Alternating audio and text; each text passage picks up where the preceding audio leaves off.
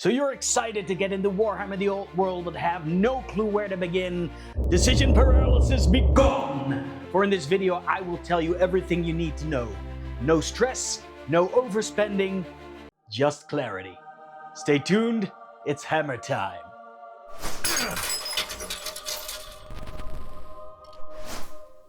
Hey there, I'm Stefan for Hammer Time, and I've been playing Warhammer for over 20 years.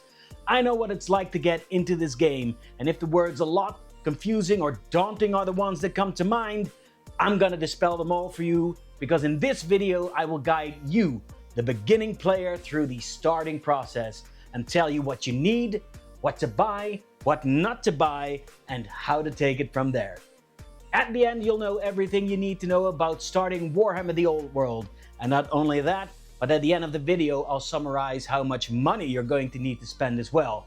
That way you can walk into your local gaming store and make your first purchase with complete confidence. But before we move on, I want to let you know that I made a video explaining Warhammer the Old World and what sets it apart as a great wargame. Check that one first, come back and let me know what you think in the comments. Let's talk about getting started with Warhammer the Old World. Within the game, there are multiple factions you can collect, and if you've checked out the Old World section on the Games Workshop website, you'll know that there are quite a few. There are elves, humans, dwarfs, beastmen, orcs, and goblins, some of which are split into multiple factions. For example, the elves are split into high elves and dark elves and wood elves, and all these factions are completely different in both style and gameplay. This is where your journey starts, deciding which army you want to play. And my best advice here might surprise you, which is don't overthink it. Pick the faction that looks the coolest to you. You're going to be building and painting this army for quite a while, so just take your time, look at all the factions on the website, and go with what excites you most when you look at it. However, if you want to know more about each faction before you decide, I'm creating a video series that dives into each one of them in more detail. In those videos, I'll cover the lore, the look, and the playstyle of every army, so you will know which one is best suited for you. Once the first video series is up, I will link it here. It's also worth subscribing because then you'll get notified the second these videos goes live. One thing I will tell you is, when deciding what to play, I'd recommend starting with one of the main factions, the ones actively supported by Games Workshop. These are the armies featured front and center on their official website, with full miniature ranges currently in production. That means you can easily find their miniature kits and rules. I mean, we're talking about the Empire of Man, Kingdom of Britannia, High Elves, Orcs and Goblins, Warriors of Chaos, Beastmen, Tomb Kings, Grand Cathay, and the Wood Elves.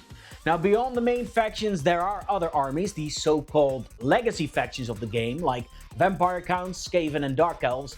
These were fully supported armies back in previous editions of Warhammer's predecessor, Warhammer Fantasy Battles. However, right now, those models are currently not being produced.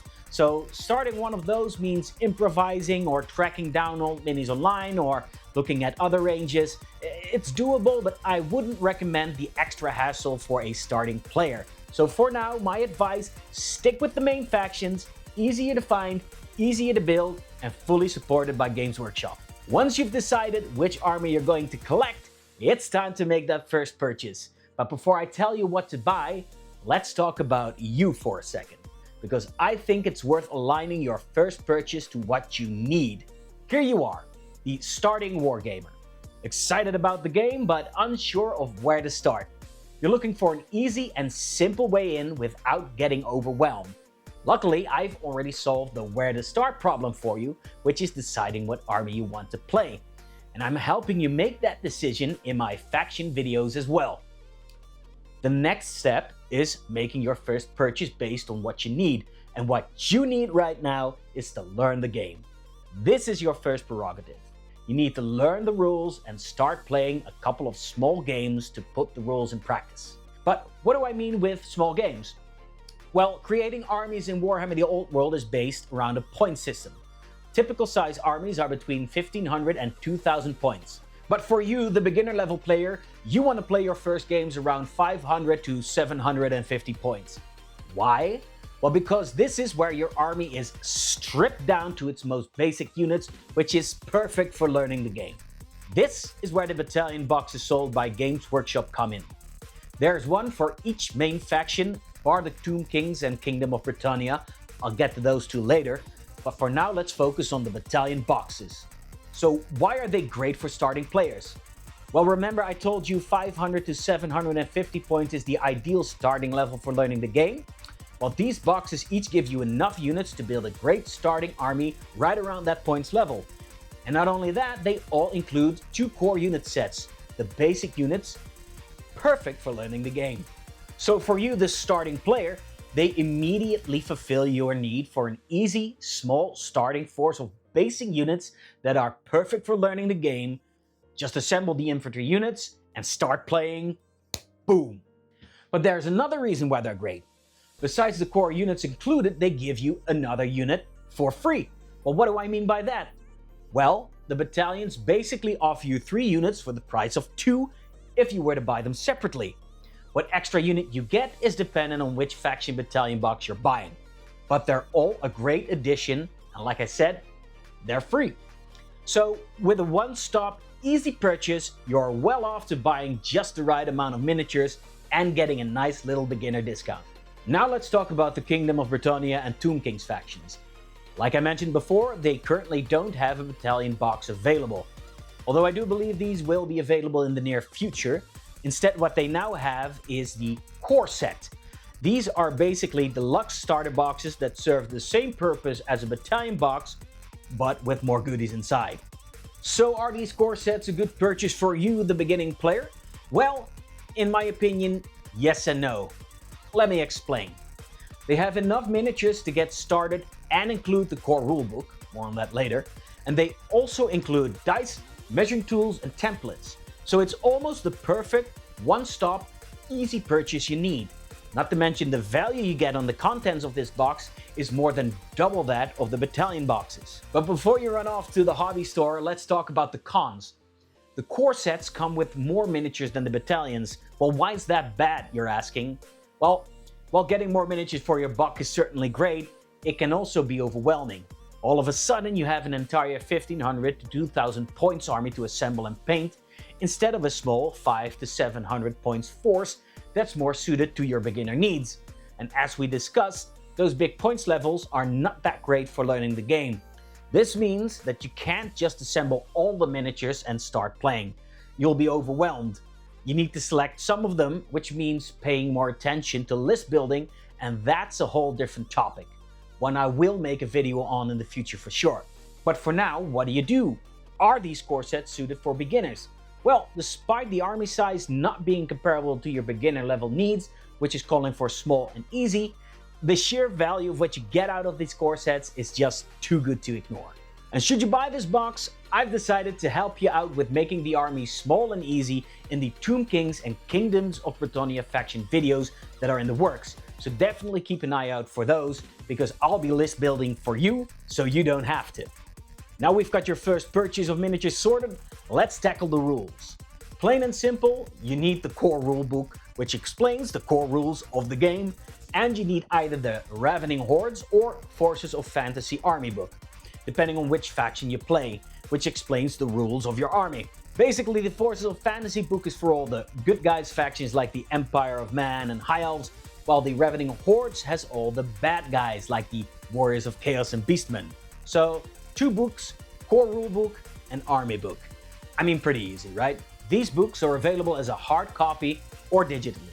And while I love a good hard copy, if nothing else but for the collectability and sitting pretty on my bookshelf, the digital ones are cheaper and come with a search function allowing you to look up specific rules more easily. So the digital versions do align more with your beginner needs profile. But beyond these books, which you absolutely need, are more rulebooks called the Arcane Journals. For now, do not bother with these just yet. Why? They're expansion rules for your faction, allowing you to play more specialized and thematic versions of them.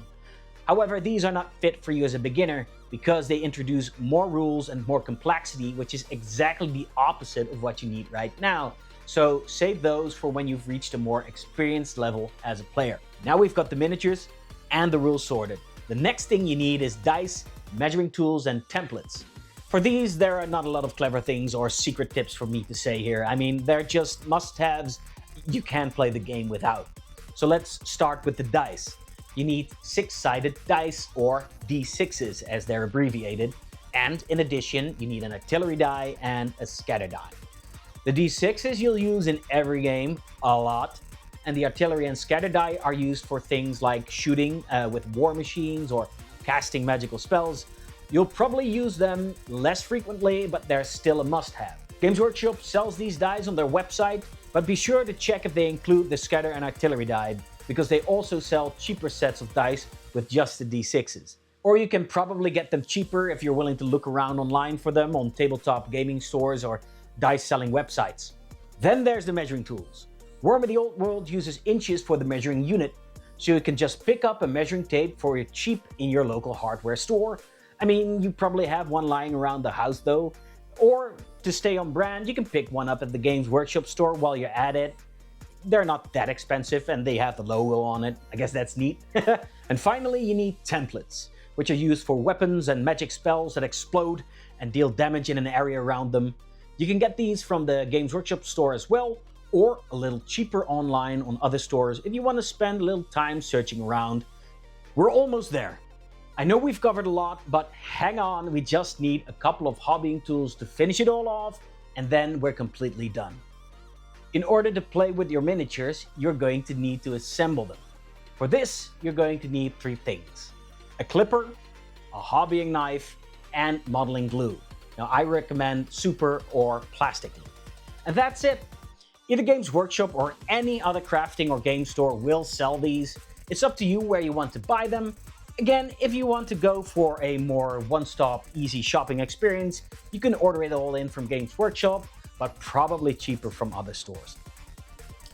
Now, I can already hear you saying, but don't I need paints as well?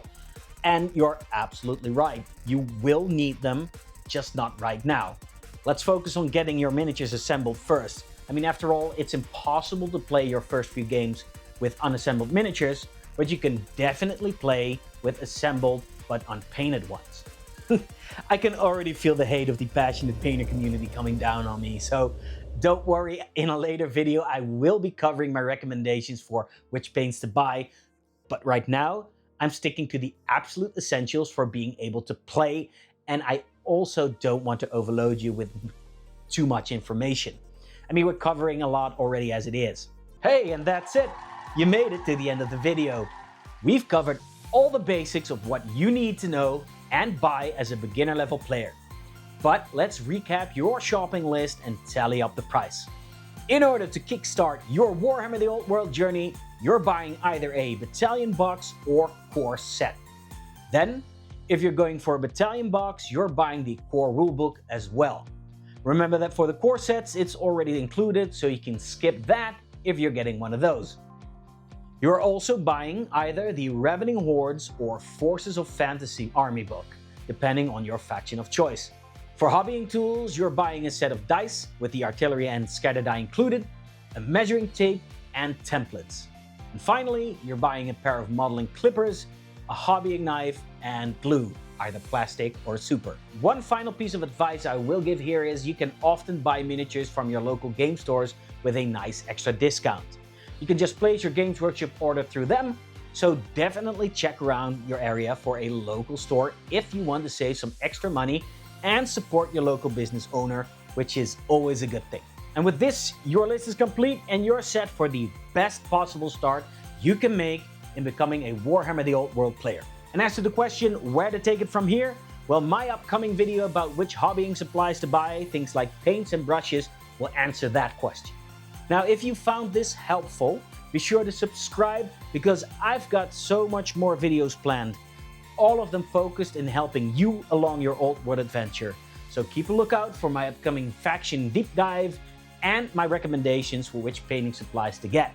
And that's it for now. I will see you in my next video. Stay fun for Hammer Time, signing off and wishing you good luck in your first steps of your Warhammer the Old World adventure.